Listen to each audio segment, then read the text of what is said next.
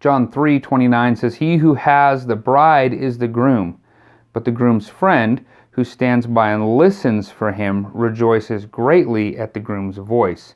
So this joy of mine is complete. John the Baptist is talking about his role and Jesus' role as his disciples were having issues with Jesus becoming more famous. This is John speaking of what's supposed to happen here, and he uses this really fascinating analogy of the bride and the groom, Jesus in his church, and then the groom's friend, the best man, basically, who's standing by, and it was his responsibility to make sure that this whole thing goes off without a hitch, and that the wedding would go well. But then after the wedding ceremony, the best man's job is done.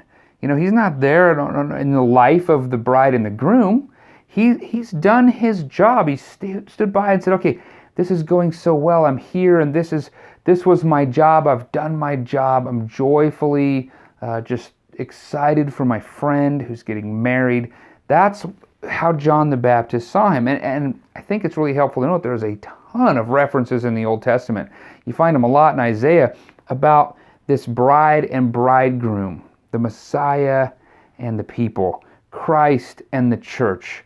And so he's using this illustration. Really, it's a kingly Messiah unity illustration. He has to be aware that what he is really saying is that this guy, Jesus, is the Messiah coming to save us. And at the same time, it's also kind of a point back to that other wedding. We see this theme throughout even the New Testament, that Jesus is the groom and we, the church, are the bride, and John the Baptist has done his duty as God has called him to connect the two.